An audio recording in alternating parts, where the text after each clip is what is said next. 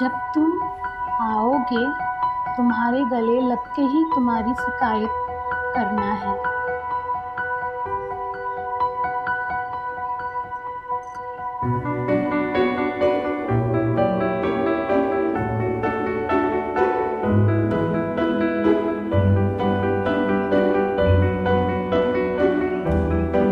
इस दिल ने तुम्हें चाहने के बाद और कुछ नहीं चाहा।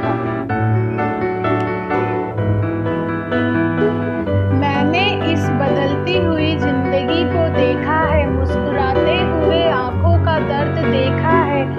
मैंने महसूस किया है लोगों के बातों को, कितना भयानक दर्द होता है। दर्द बताए तो बताए किसे, यहाँ हर कोई बैठा है दर्द में नमक छिड़कने को।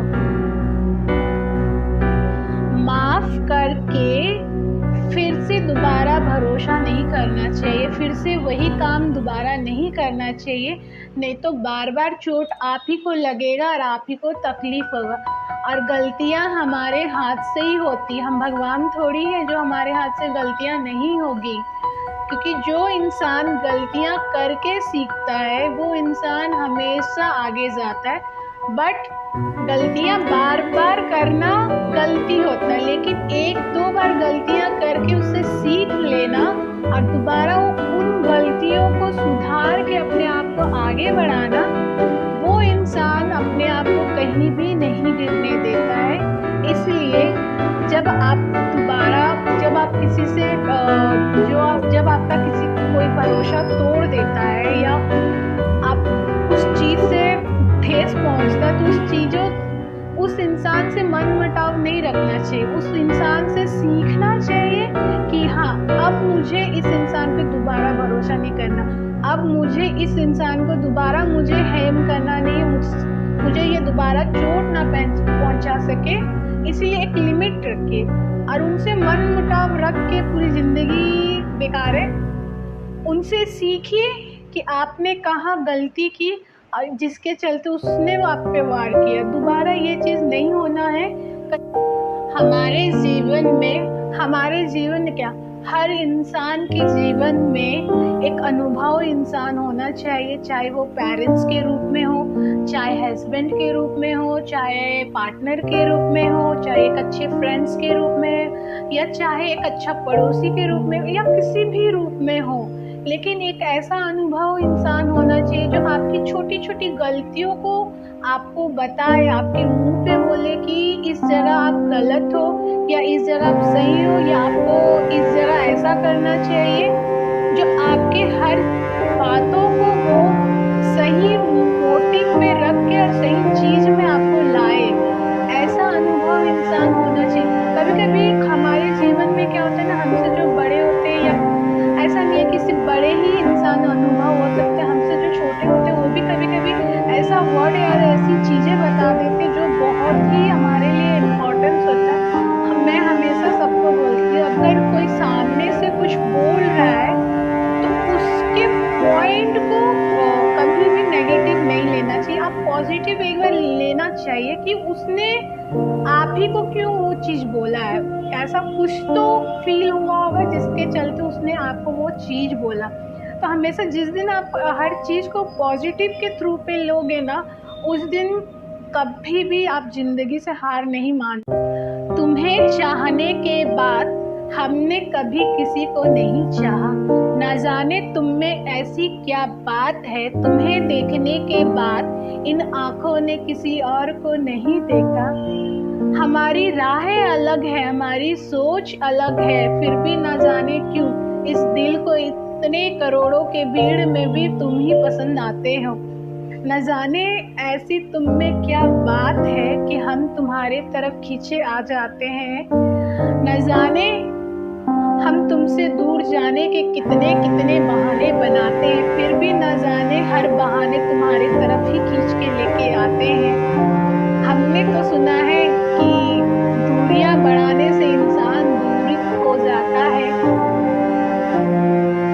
उस पहली नजर में न जाने ऐसी क्या बात हो गई कि आज तक हम तुम्हारे दीवाने ही बनते रह गए। जानते हैं तुम्हारे को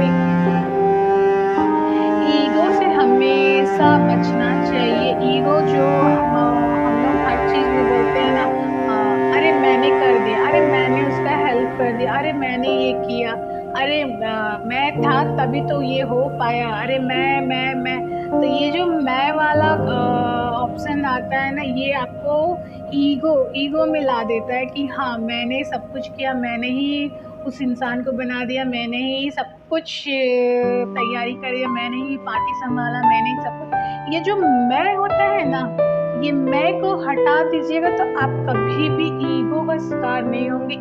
मैं की जगह हमेशा हम एक बहुत ही प्यारा वर्ड है, इसमें सब आ जाता है। एक बार अर्जुन को, जब अर्जुन ने कर्ण को मार गिराया था, तो अर्जुन हम कृष्ण भगवान को बोल रहे थे, देखा माधव मैंने कर्ण को 1 मिनट में गिरा पड़ा।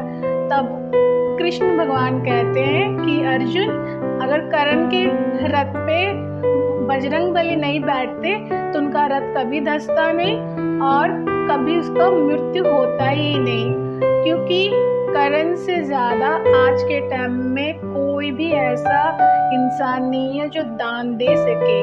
इसीलिए उसने भी अपनी जान का धर्म के लिए उसने अपनी जान का ध्यान तुम्हें दे दिया कि तुम इस लायक बनो कि मेरी जान लेके धर्म की रक्षा।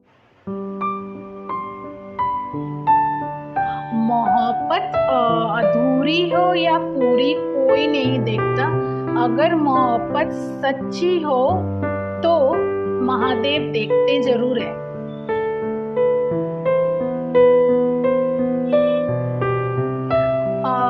माया क्या होता है? माया जो चमकती चीजों के पीछे हम भागते हैं, जो बहुत खूबसूरत चीजें दिखती हम उसके पीछे भागते हैं। माया एक ऐसा जाल है जिसमें हर कोई उलझ जाता है, हर कोई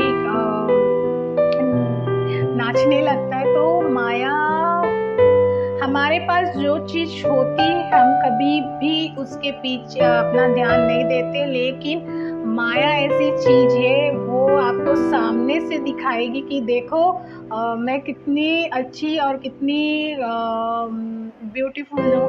वो एक माया होती है, क्योंकि माया हमेशा ब्यूटीफुल और आपको हमेशा उलझाने की कोशिश करती है। आपके पास जो चीज है उससे भटकाने की कोशिश करती है, आपको पैसे की लालच दिखाती है, आपको सक्सेस का लालच दिखाती है, आपको इस दुनिया का रंग रूप सब माया के जाल में दिखाती है। तो माया से जो बच सकता है वही अपने आप को संभाल सकता है, नहीं तो माया नगरी में जो एक बार जाता है वो बस माया नगरी के जाल में फंस जाता है। तो माया बहुत खूबसूरत चमकता हुआ चीज है, जिसमें फंसोगे तो माया हो जाओगे। अगर कोई सच्चा इंसान आपको माफ करके एक प्यारा सा स्माइल दे के आपके सामने से गुजरता है, तो इसका मतलब ये नहीं होता है कि आपने जो उसके साथ गलत किया या आपने जो व्यवहार किया उसने दिल से माफ करके आपको आपसे हाय हेलो वाला नहीं, वो अपने स्माइल से और अपने इस चीज से बताना चाह रहा है कि थैंक यू मुझे ये चीज सिखाने के लिए कि मुझे कहाँ अब कैसे अपना पॉइंट्स रखना है, अब मुझे कैसे इस जगह मजबूत बनना है, अब मुझे कैसे दूसरों पे भरोसा करना है, दूसरों से कैसे मिलना है और किस तरह के सिचुएशन को मुझे फेस करना होगा ताकि मुझे दोबारा ऐसा सिचुएशन फिर से लाइफ में ना आए। तो ऐसे इंसान अगर आपको माफ कर रहा है, आपके दिल से स्माइल देके निकल रहे, तो इसका मतलब साफ साफ है कि आपने उस इंसान को ये फील करा दिया कि उसे अब कहाँ कहाँ कदम और कैसे कैसे कदम रखना पड़ेगा, और सोच समझ के, मतलब आपको वो इतना, आपसे वो इतना हट हो गया था कि आपसे वो जिंदगी का आईना सीख लिया कि हाँ मुझे अब नेक्स्ट टाइम ऐसी गलती नहीं करना है ताकि मुझे ना चोट लगे। मेरे बाबूजी कहते हैं हमेशा देने वाला का क्वांटिटी में अपनी गिनती रखनी चाहिए, लेने वाले की क्वांटिटी में कभी नहीं रखनी चाहिए। और देने का मतलब है किसी की मदद करना, या और मेरे बाबूजी ये भी बेस्टली बोलते कभी भी किसी का भी हेल्प पैसों से मत कीजिए, क्योंकि पैसों से हेल्प करने से ना, जो सामने वाला इंसान होता है ना, वो अपने माइंड में ये सेटअप कर लेता कि इनसे पैसे मांगूंगा तो मुझे मिल जाएगा। तो मेरे बाबूजी हमेशा बोलते हैं कि कभी भी किसी को पैसे की हेल्प नहीं करना चाहिए, बट सामने से आप उनका सिचुएशन जानिए, आपको क्या लगता है कि और उनका हेल्प कीजिए। और जहाँ लगेगा कि आपकी ज़रूरत है हेल्प करने का, आप कीजिए। तो जहाँ लगेगा कि आप उनको आइडिया दे रहे हैं और बाकी वो अपने कर लेगा, तो वो ऐसा हेल्प कीजिए। ये नहीं कि आप हेल्प कर रहे हैं और वो हमेशा आपके पास आ रहा है और आपकी समस्या सुन रहे हैं और हेल्प कर, नहीं। हमेशा मदद हमेशा ऐसी करना चाहिए कि वो इंसान खुद खड़ा हो सके, अपने पैरों पे खड़ा हो जाए, ऐसे मदद की जाना चाहिए, मेरे बाबूजी कहते हैं। और हमेशा देने वाला ही बनिए, लेने वाला कभी भी मत बनिएगा, क्योंकि देने वाला बहुत कम लोग होता है, लेने वाला लोग बहुत हो जाता है। अगर आपको कुछ बनना है तो आपको बहुत कुछ अपने लाइफ में खोना पड़ेगा। आपको उन मुद्दों से दूर रहना पड़ेगा जिन मुद्दों में आपका नाम आ जाए।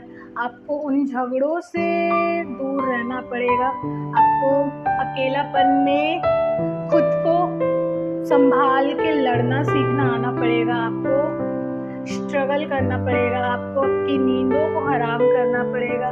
आपको अपनी उन सारी फेवरेट चीज़ों को अपने आप से दूर करना पड़ेगा जो आपके मुद्दे में आता है, जो आपके लक्ष्य के सामने आपका वो रुकावट बनता है। तो वो सारी चीज़ों को आपको अपने आप से दूर रखना पड़ेगा, क्योंकि कुछ बनना है, लाइफ में कुछ करना है, तो उन सारे चीज़ों को खोना पड़ेगा जो आपके रुकावट बनेंगे। भले आपके कितने भी क्लोज हो, कितने भी आपके एकदम दिल के करीब हो, आपका उस चीज़ से उठना बैठना, मॉर्निंग आपका उसी से होती है, बट वो आपके लक्ष्य के लिए रुकावट है। तो आपको वो चीज़ छोड़ना सीखना पड़ेगा, क्योंकि कुछ बनना है तो बहुत कुछ खोना पड़ता है। बिना खोए आप कभी कुछ नहीं बन सकते, क्योंकि खोने का मतलब तो आप सीखेंगे तभी तो बनेंगे। मेरे बाबूजी हमेशा बोलते हैं कि अकाउंट में 1 रुपया हो या ना हो चलेगा, लेकिन ईश्वर के अकाउंट में खाता कभी भी खाली नहीं होनी चाहिए, क्योंकि उसका देखा जोखा सब ईश्वर ही देखते हैं। मतलब ये है, अगर आप अच्छे कर्म करते हैं तो आपके अच्छे कर्म का अकाउंट अच्छे खाते में होता है, और अगर आप गलत काम करते हैं या बुराइयां करते हैं वो अकाउंट आपके बुरे अकाउंट में जाता है। पर बाबूजी ये भी कहते हैं, अगर किसी के लिए बुरा करके अगर उसका अच्छा हो रहा है तो वो अकाउंट भी अच्छाई में ही गिनते हैं। इसलिए बोलते हैं कभी भी पैसे वाले अकाउंट को भरो या ना भरो, लेकिन ईश्वर के अकाउंट हमेशा फुल रहना चाहिए और अच्छे अकाउंट से भरा रहना चाहिए। जब हम लोग को पसंदीदा जॉब नहीं मिलता है ना, तो हम लोग का ना मन नहीं लगता। हम लोग को लगता है ना कि कहाँ आ गए, कहाँ फंस गए, कैसा जॉब कर रहे हैं, ये तो मेरे फील्ड का नहीं है। तो हम लोग ना मायूस होके वो काम करते, रोज़ उस तरह का चेहरा बना के जाते कि मन नहीं कर रहा। लेकिन सीरियसली अगर आप दिल से स्माइल करके और अपने आप को उस काम में अपने आप को ढाल के जाओगे ना, सच्ची बोल रही हूँ, क्योंकि ना कोई भी काम, चाहे आपका फील्ड का हो या आपका फील्ड का ना हो, कोई भी काम अगर आप दिल से करते हो ना, सच्ची वो काम बहुत ही अच्छा और बहुत ही प्यारा होता है। क्योंकि कोई भी काम ना सिर्फ सैलरी कमाने के लिए नहीं होता है, उससे हमें कुछ सीखने मिलता है, कुछ अनुभव मिलता है, कुछ नया करने मिलता है, जिससे ये चीज़ को हम लोग सब समझ जाएंगे ना, उसमें कोई भी काम छोटा बड़ा नहीं होता। और सीरियसली मन लगा के अगर आप उस अनचाहे काम को भी अच्छे से करते हैं ना, सच्ची बता रही हूँ, ऊपर वाला ना देखता है और आपको ना इससे बढ़िया अच्छा अपॉर्चुनिटी देता भी है। तो